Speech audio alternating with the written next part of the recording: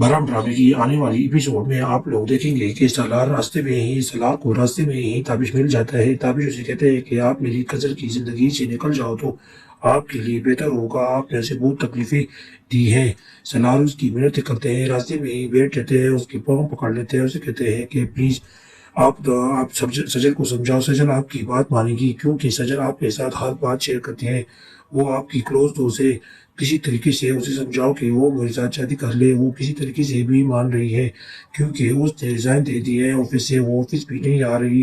اور نہ ہی میرا موبائل فون سے رابطہ ہو رہا ہے، اس کا نمبر بھی آف جا رہا ہے، میں اس کے گھر تو نہیں جا سکتا، کچھ بھی کرو اسے منا لو۔ تابش اسے کہتے ہیں کہ اٹھو میری طرف دیکھو کہ آپ نے اس کے ساتھ ایسے آپ نے اسے اتنے دھوکے دیے، وہ کیسے دوبارہ تمہاری زندگی میں داخل ہو جائے۔ اس نے زندگی میں بہت زیادہ سختی سہی ہوئی ہے، شروع ہی سے اس کو ماں باپ نہیں ملے، جو باپ تھا وہ بھی پتہ نہیں کس کے حوالے ہوا ہے، کون سی لڑکی اس پر فدا ہوئی تھی کہ اس کی ماں اس کی بھوک کی وجہ سے مر گئی، اس کا ایک دادا بوجھی تھا وہ بھی مر گیا۔ سجل ان کے غم لے کر اتنی پھر بھی بہادر ہے کہ ہر کچھ اپنی ماں کو بھی پال رہی ہے، جو نام سے اس کی ماں ہے لیکن اس پر بہت ظلم کرتی ہے کیونکہ وہ اپنی رمشا بیٹی سے بہت پیار کرتی ہے اور ہمیشہ اس بیٹی میں فرق کیا ہے۔ آپ کو نہیں پتا کہ سجل نے کتنی تکلیفیں سہی ہے، لیکن آپ نے تو بس سمجھا ہے کہ سجل بھی وہ لڑکیوں کی طرح ہوگی، تبھی آپ نے ایسا کیا، آپ کو ایسا نہیں کرنا چاہیے تھا۔ سالار رو رو کر کہتے ہیں کہ بس اسے منا لو کیونکہ اس کے بغیر میں نہیں رہ سکتا، چاہے وہ مجھے جو سزا بھی دے، چاہے وہ مجھے جو بھی کہے میں مان لوں گا۔ تبھی چپ ہو جاتے ہیں اور اسے کہتے ہیں کہ آپ ان باتوں کا کوئی فائدہ نہیں، مجھے ضروری کام ہے، میں جا رہا ہوں، آپ جاؤ اور آپ اپنے ساتھ انکل کو لے جاؤ اور ان کے گھر جا کر ان کی محنت سماجت کرو، کیا پتا وہ لوگ تمہاری بات مان جائے۔ ادھر تیمور پاشا اس کی ماں کو کال کرتے ہیں، سجل کی ماں کو کال کرتے ہیں اور کہتے ہیں کہ اپنی بیٹی کو سمجھاؤ، سجل کو، سالار اس کے بغیر نہیں رہ سکتا، سالار اپنی غلطی پر شرمندہ ہے، سالار نے کہا ہے کہ مجھ سے بہت بڑی غلطی ہوئی ہے، پلیز اسے معاف کر دو۔ اس کی ماں اسے کہتی ہے کہ بھائی صاحب آپ یہ کیا کہہ رہے ہیں، یہ دو زندگیوں کا معاملہ ہے، میں اپنی بیٹی کو کسی زور زبردستی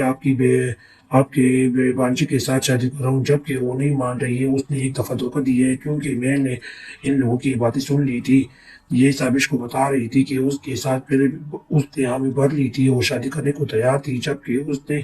اس کا مذاق اڑایا تو بس سجل کا اعتبار ایک دفعہ اٹھ جائے تو وہ دوبارہ اعتبار نہیں جھکتا۔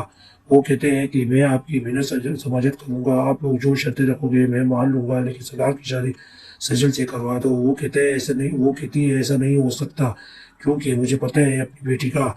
تیمور پاشا سوچوں میں پڑ جاتے ہیں کہ سالار کو یہ نہیں ملی تو یہ ملک چھوڑ دے گا اور باہر چلا جائے گا، جس کی وجہ سے میرا سارا بزنس تباہ ہو جائے گا۔ ادھر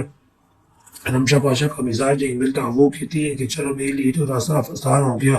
کیونکہ وہ جب سالار سے ملتی ہے تو کہتی ہے آپ سجل کے پیچھے مرنا چھوڑ دو، میں تمہاری زندگی میں مجھے کس بات کی کمی ہے، لیکن سالار اس کی منہ نہیں لگتا اور اس سے چلا جاتا ہے۔ دوسری طرف دیکھا جائے تو انجم میڈم کی مزاج نہیں ملتے، وہ لوگ اتنی خوشی سے پارٹیاں منا رہی ہوتی ہے کہ چل اچھو، وہ تو کہتی ہے کہ انجم میڈم تو کہتی ہے کہ یہ میری اسٹیٹس کی لڑکی کرے گی، لیکن سالار بالکل نہیں مانتا کیونکہ اس نے اپنی آنی کو کبھی ہارٹ نہیں کیا۔ اس دفعہ وہ کہتے ہیں بس جو کچھ بھی ہو جائے سجل سے ہی میں شادی کروں گا، جبکہ سجل مان نہیں رہی۔ تو اب دیکھتے ہیں کہ آنے والی ایپیسوڈ میں کیا ہوتا ہے اور کیا نہیں ہوتا کیونکہ سجل بالکل نہیں مان رہی۔ سجل کا ایک دفعہ دل بھر جائے تو دوبارہ نہیں جھوٹتا۔ سجل نے کہا ہے کہ میں کسی راجچارے سے راستے میں جو جانے والا ہوگا اسے شادی کر لوں گی، لیکن سالار سے نہیں کروں گی، سالار نے مجھے بہت بڑا دھوکہ دیا ہے اور یہ دھوکہ دوبارہ نہیں جھوٹتا کیونکہ تابش کو اس کی طبیعت کا پتہ ہے، تابش کو پتہ ہے کہ یہ کبھی نہیں مانے گی۔ وہ سالار کو فون کرتے ہیں کہ یہ ماننے والی نہیں ہے، آپ اپنا سے ٹائم ضائع مت کرے، آپ کو تیمور انکل جا کر کہہ رہے ہیں وہاں شادی کر لے، لیکن سالار کہتے ہیں کہ چاہے جو کچھ بھی ہو میری شادی صرف اور صرف سجل سے ہی ہو۔